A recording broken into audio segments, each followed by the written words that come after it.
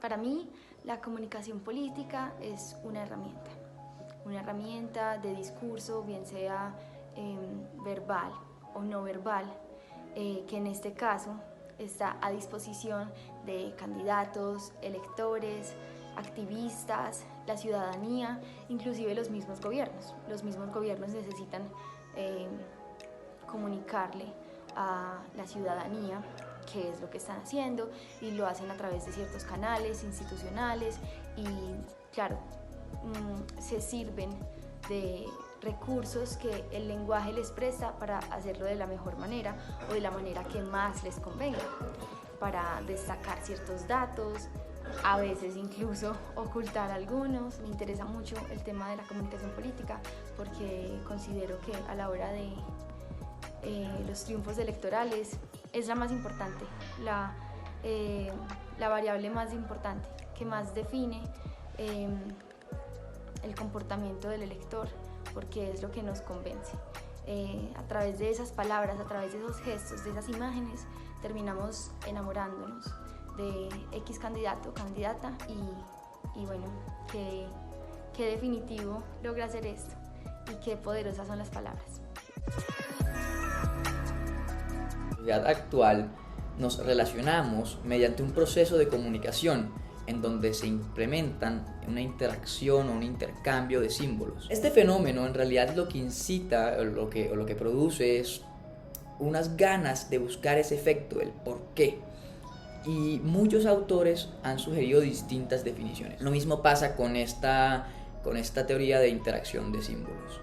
La escuela de interacción de símbolos lo que en realidad busca hacer es demostrar esa naturaleza del hombre, porque las personas de ya están configuradas con una identidad y la manera en cómo influye el comportamiento de nosotros cuando pensamos la forma en cómo yo creo que los demás me ven a mí. ¿Cuál es la imagen que los demás tienen de mí, de mí yo? Y de qué manera interactúo yo a través de ese contenido simbólico que aparecen en los medios o que intento demostrar yo. Como emprendedor o como director de una empresa, siempre quisiera mantener mi postura, mi perfil. Entonces son símbolos que yo quiero aparentar ante los demás, mis empleados, mis seguidores, que me hacen y que me identifican como mi perfil. Y desde ese momento ya me encasilla a mí en una especie de comportamiento. Entonces esta teoría, la transacción de símbolos, intenta descifrar ese fenómeno, el por qué nosotros nos comportamos dependiendo de cómo la gente nos ve, cuál es el papel que nos otorga. En este apartado voy a hablar un poco del concepto de comunicación política en general. Para esto voy a referirme a un texto que se titula La comunicación política, un estudio multidisciplinar desde las ciencias sociales. Este texto es desarrollado por el profesor Néstor Julián Restrepo, que es profesor de nuestro pregrado, y en este texto él realiza una recopilación de distintas definiciones de comunicación política que él encuentra como coherentes para darle explicación al término general. Aquí la idea es como crear una construcción en base a distintas definiciones. La primera es desarrollada por Coteret en el 97, quien afirma que la comunicación política establece una interacción voluntaria de un mensaje político y señala que esta tiene una intención de arrastrar a quien recibe este mensaje hacia una dirección determinada, de tal manera que no pueda encaminarse en otra. A mí esta definición me parece un poquito confusa porque considero que esta interacción puede ser involuntaria por medio de medios publicitarios o medios de difusión masiva a los cuales una persona puede estar permeado sin tener la intención. Y también considero que en la parte final, en la cual Coteret habla sobre una dirección determinada para encaminar a la persona hacia una dirección determinada y que no pueda cambiar de parecer, me parece que esto suena como una imposición. Entonces por esto decido como no optar por esta definición. La siguiente es la brindada por Walton en el 2012. Walton aquí afirma que la comunicación política se da en una sociedad política realmente existente. Aquí se habla como de una sociedad política conformada por partidos y una sociedad parlamentaria. Si bien es cierto que los procesos efectuados en la comunicación política presentan mejores resultados en los entornos democráticos establecidos, firmemente establecidos, en mi opinión hay espacios donde la comunicación política se puede dar que no necesariamente tienen que ser democracias. Entonces creo que esto no se limita únicamente a los países democráticos, sino que también se puede dar procesos de comunicación política en países con regímenes autoritarios. Y para cerrar el apartado voy a dar la definición que yo encuentro más adecuada de comunicación política, que es brindada por García, Diamo y Slavinsky, la cual dice: la comunicación política tiene una función mediadora mediante la cual se movilizan y transmiten las influencias políticas entre unas instituciones gubernamentales formales y el ciudadano, o sea, el votante. Por lo tanto, la comunicación política posibilita que exista un intercambio entre las instituciones y el público.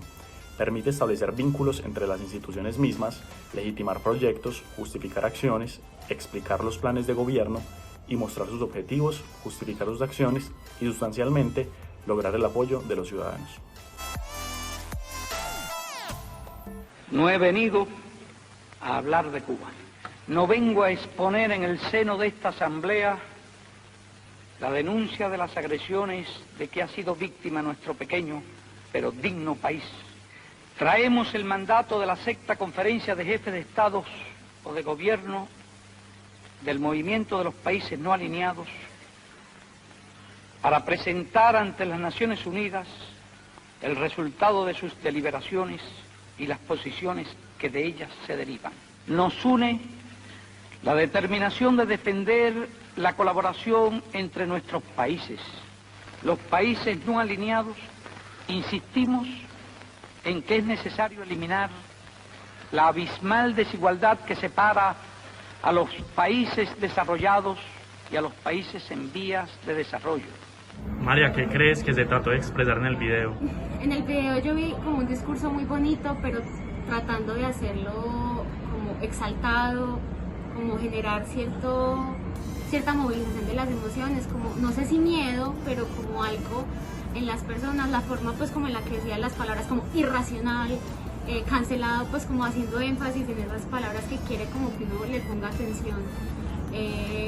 Me parece que es como, no sé si manipular, pero tal vez quiere como convencer a las personas o cambiarle las opiniones a los demás y que estemos de acuerdo con él. Una imagen espectacular refleja el enfado demócrata al final del discurso del Estado de la Unión de Donald Trump. Nancy Pelosi, la líder demócrata en la Cámara de Representantes, rompe hoja a hoja su copia del discurso del presidente, en un insólito gesto de desplante desde la tribuna, mientras este recibía el aplauso republicano. Según Pelosi, fue entre todas las alternativas la más cordial que se le ocurrió. ¿Qué crees que se intentó expresar en ese video? Lo que yo vi pues, en el conjunto de video fue como un montón de sensaciones de parte y parte. O sea, la seguridad del entonces pues, candidato Trump a la presidencia en que lo había hecho muy bien. También la señora que rompió el papel como si fuera, pues como si estuviera en desacuerdo de todo lo que había hecho, ¿cierto? Además, yo creo también que en el público se notó como esa insatisfacción de las cosas, ¿cierto? Y también el compañero que estaba al lado de la chica que rompió el papel, pues con esa seguridad de que había hecho algo bien, o que en este caso el presidente Trump no lo había logrado o no había conseguido lo que quería. Hoy es día de San Francisco, ¿verdad? San Francisco, aquel que era rico y entregó toda su riqueza a los pobres y se volvió santo. San Francisco, aquel que le pidió a Dios, diciéndole que lo convirtiera en instrumento de tu paz. Así somos nosotros, como San Francisco, instrumentos de la paz de un pueblo, instrumentos de la vida. Con esta lluvia de San Francisco, nos consideramos bendecidos por la mano de Dios. Eso es un preludio de lo que va a ocurrir el domingo 7 de octubre. gana Chávez el 7 de octubre. Bueno, Juan Diego, ¿qué crees que se intentó expresar en ese video? Creo que lo que me quedó primero que todo es que Chávez quería que todos sus seguidores y toda esa gente fueran a votar ese 7 de octubre, que fueran a votar por él. Y pues con todo su discurso también me quedo con que obviamente era muy populista.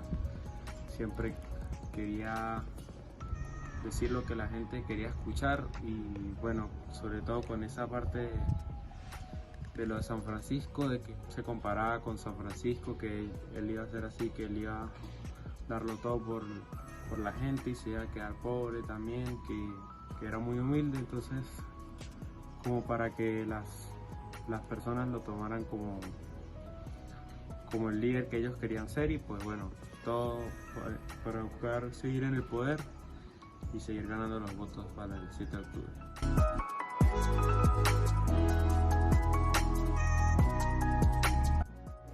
Para mí la bandera roja, azul y amarilla significa un grito de auxilio.